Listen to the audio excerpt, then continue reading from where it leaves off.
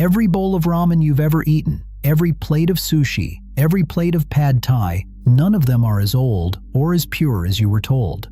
Ramen isn't ancient. Sushi's most sacred ingredient was originally garbage, and pad thai, Thailand's national dish, took shape through a wartime government campaign. This is the real chain of accidents, empires, and desperate improvisation behind the food on your table. Most people assume the great dishes of Asia are handed down, generation after generation, since some hazy ancient past, unbroken traditions stretching back thousands of years.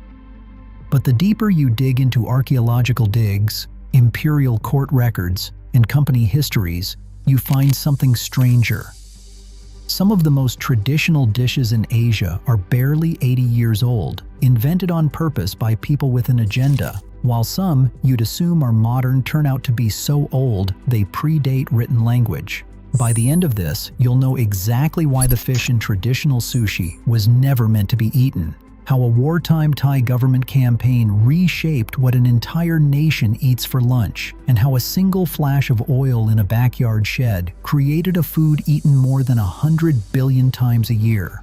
This isn't folklore. It's drawn from archaeological journals, food historians, and the official records of the companies and governments involved.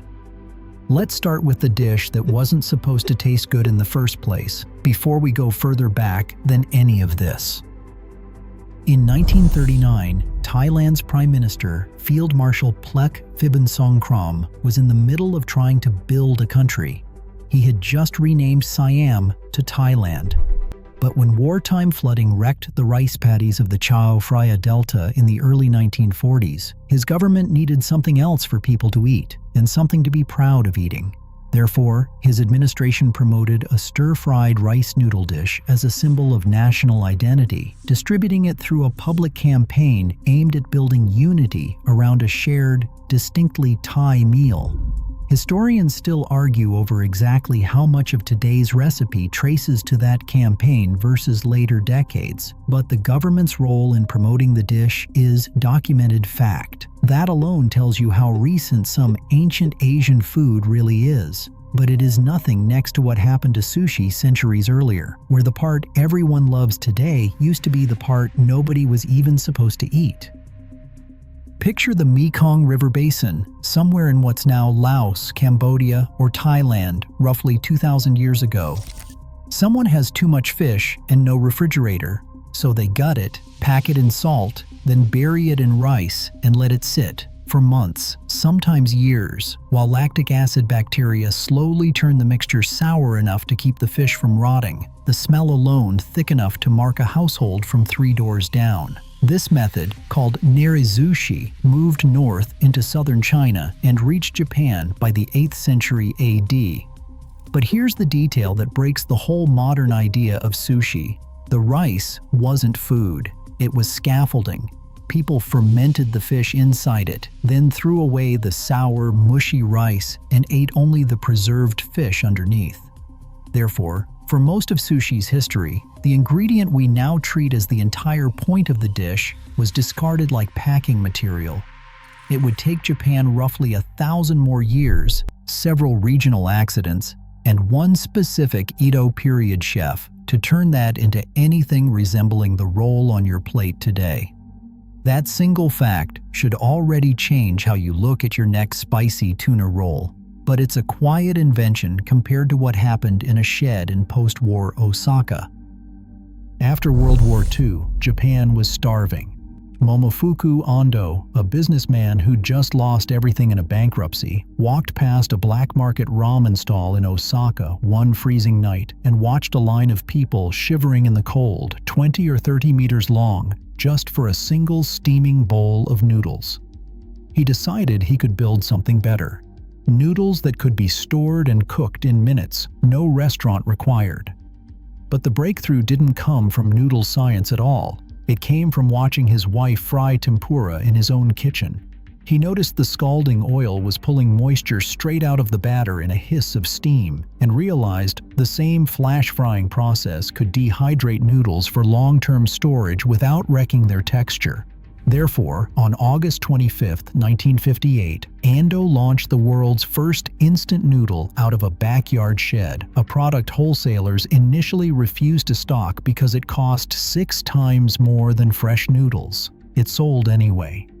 That single kitchen accident is the reason instant noodles now feed people on every continent. And there's a much stranger second act to Ando's story, including how he eventually got noodles into space. But if you think that's a strange origin, it is almost tame compared to how tofu was supposedly invented, not in a kitchen at all, but in a doomed hunt for immortality.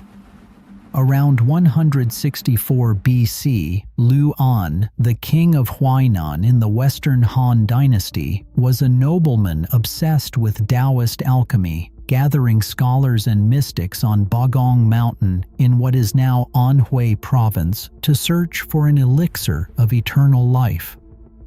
According to legend recorded in later Ming and Song dynasty texts, one of his experiments involved soy milk, and when brine or gypsum accidentally dripped into the mixture, the liquid curdled into something soft, white, and completely unexpected. Whether or not one king actually invented it, tofu spread through China as a cheap, protein-rich food, then found its way into the hands of one particular religious group who would carry it across Asia for entirely different reasons. Therefore, a food most people think of as bland health food may trace back to a failed attempt to cheat death. But even that story is recent compared to the real root of almost everything on this list, the grain that made all of it possible in the first place.